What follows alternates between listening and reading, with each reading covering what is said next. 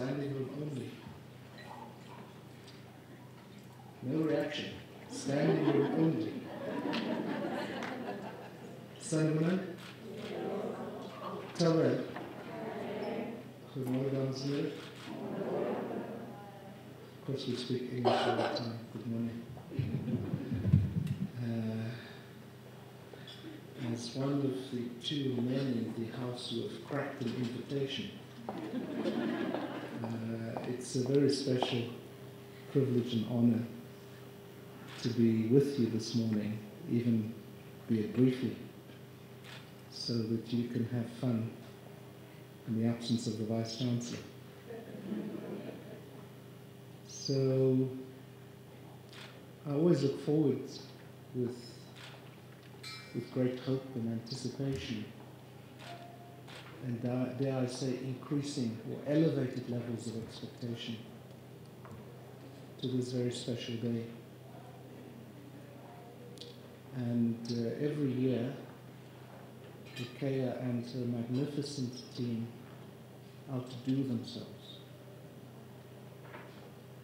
And in that we see and find the meaning of the sustained pursuit of global excellence, whilst being firmly grounded here in Johannesburg, in Gauteng, in South Africa, Southern Africa, and of course in our continent. And so as I say, I look every year forward to with great hope, expectation, and of course with joy, to this occasion of reflection, of debate and dialogue, and together with you of being elevated. Because ultimately this is what the purpose of these conversations are. It's intended to elevate us. And so let me therefore begin by extending a very warm welcome to each one of you who honor us with your presence. In African tradition, the welcome remarks, very much like the thank you remarks, take on an elevated significance. It is not just a pro forma or an administrative or a polite gesture, as important as those ideas are. But it's really to extend our hearts to you. It is saying, yes, Sanibonani. It says, your presence elevates mine. And therefore you honor us by having accepted the invitation, as difficult as it was to crack an invitation, to this very special day on our calendar. Typically in the tradition of my wife, I was trying to figure out, is this gender neutral or not? We would now be saying something to the effect, kulula ibai. You know, to men, take off your jackets, relax now, we're at home. You don't have to take anything off. But the idea is really to say you are welcome, you honor us with your presence. Of course, there are special guests that we have this day who are going to elevate us, particularly through their insightful wisdom and through their extraordinary insight and experiences, through their ambition, through the hope, and through the compassion, and through the love that you will experience during the course of this conversation. So let me extend to our panelists and our guest speaker profound appreciation, and of course our facilitator, my sister, Maureen. Siyabonga kakhulu that you could find time, all of you, to to come and honor us in the manner that you are doing right now. I do also want, as Professor Berger, our Director of Ceremonies today, has also welcomed, of course, Liesl Glory, who graduated last year with a Bachelor of Commerce degree in the double majors of accounting, which is quite a thing at UJ, and human resources. And then thereafter became Miss South Africa. So again to you also, Laurie, keep on doing the great things, keep on spreading the love in the work that you are doing right now as Miss South Africa. So I don't want to delay you. I simply want to offer just a couple of remarks before I sit down. I want to say that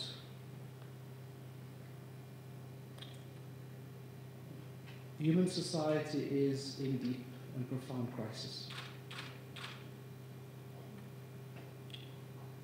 Recently, at the launch of the Johannesburg Institute for Advanced Studies, which is a joint project between UJ and our partner institution in Singapore, Nanyang Technological University, or NTU for short, one of our speakers addressed this topic of the future of human society.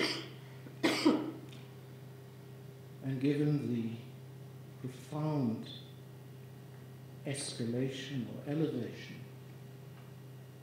in both commoditization or commodification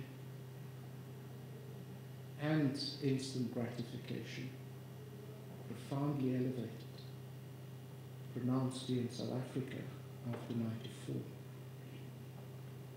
given deepening inequality, South Africa being one of the most unequal countries in the world, by way of example, next to Namibia and Botswana, equally unequal societies in South Africa.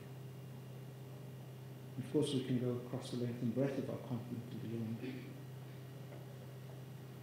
Profound exclusion of billions of our people here on the continent and beyond from the benefits or the value or the meaning of human society, decline in voice and influence. Add to that the global security crisis. Another colleague, Nobel laureate, spoke recently at UJ and reminded us that there are 16,000 nuclear warheads that are trigger ready. And I'm not speaking of the profound crises in Libya, in Syria, or for that matter, in other parts of the Middle East, or for that matter, Nigeria, in Somalia. And of course, the flare-ups in Kenya occasionally. We sit with a profound health crisis. Indeed, human society is in deep crisis. As this colleague of ours at WITS, speaking on the future of human society, suggests that human society is at risk of emptying out, to use his words, meaning of losing its meaning, losing what it was all about. To compound matters, our planet is in profound peril. And you know the story: climate, water, energy, food, state of our cities. To compound matters, both in the public and private sectors, we are confounded with global governance and leadership incapacity.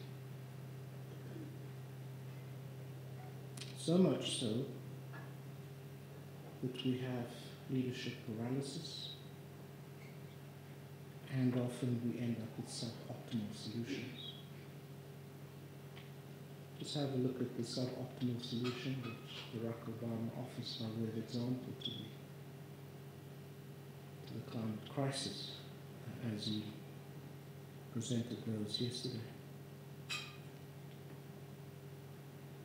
Consider the proposition that into 2030 Africa's population grows to 2.2 billion and into 2063 to 4.2 billion.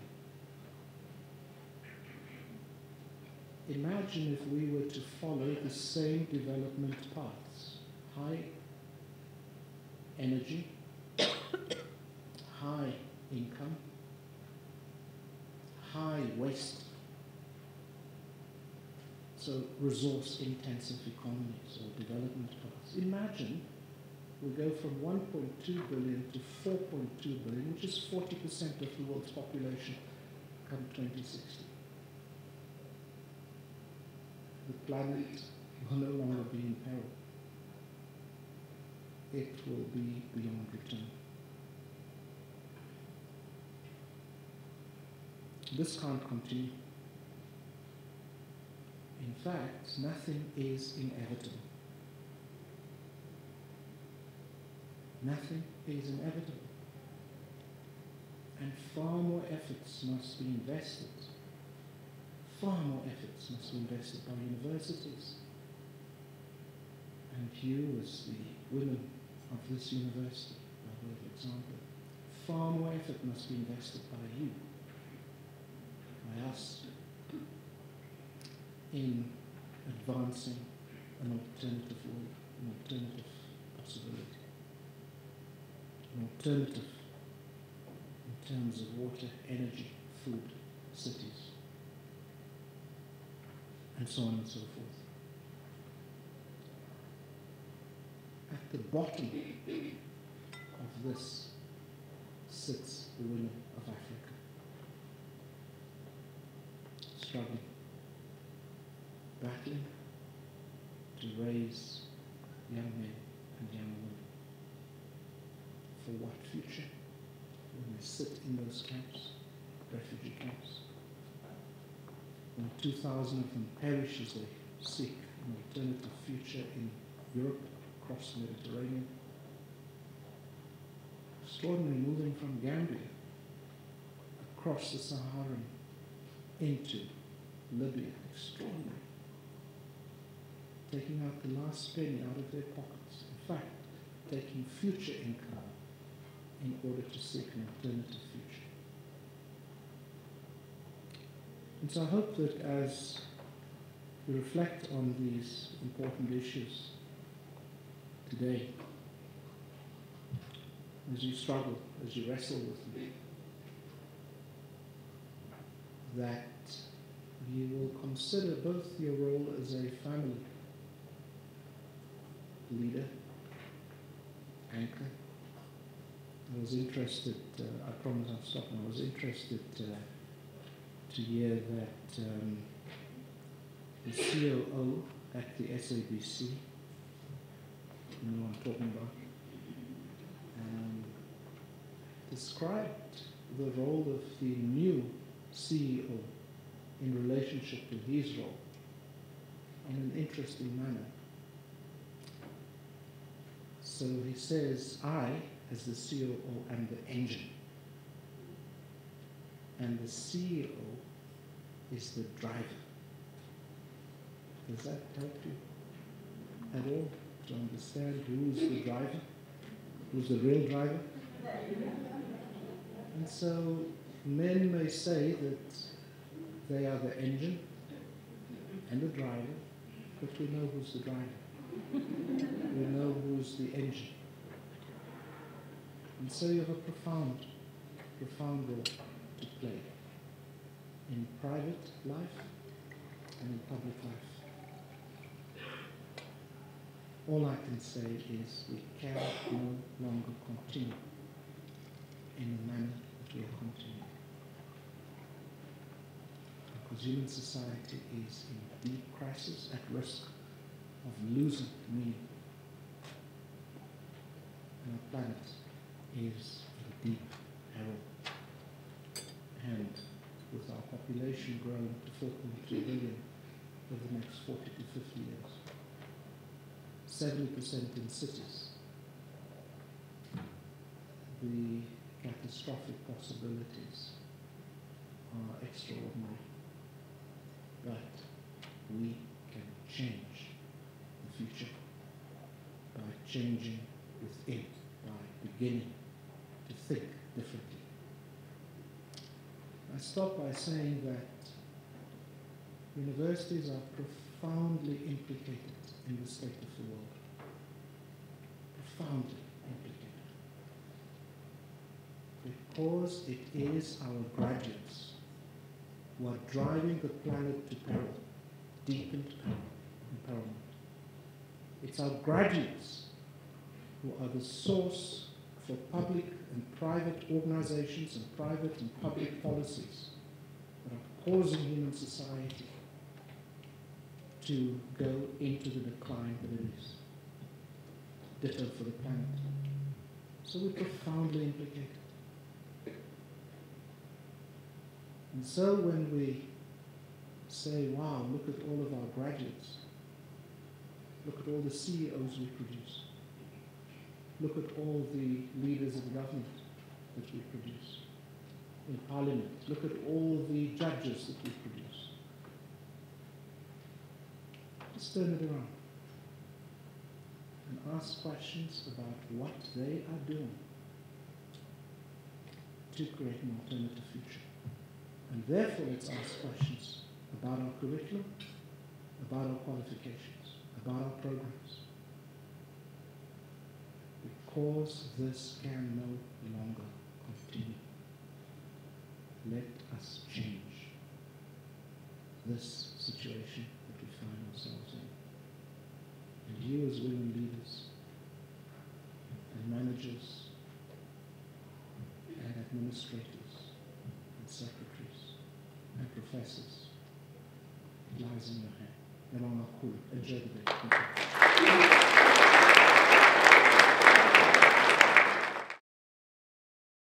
The University of Johannesburg. Rethink, reinvent.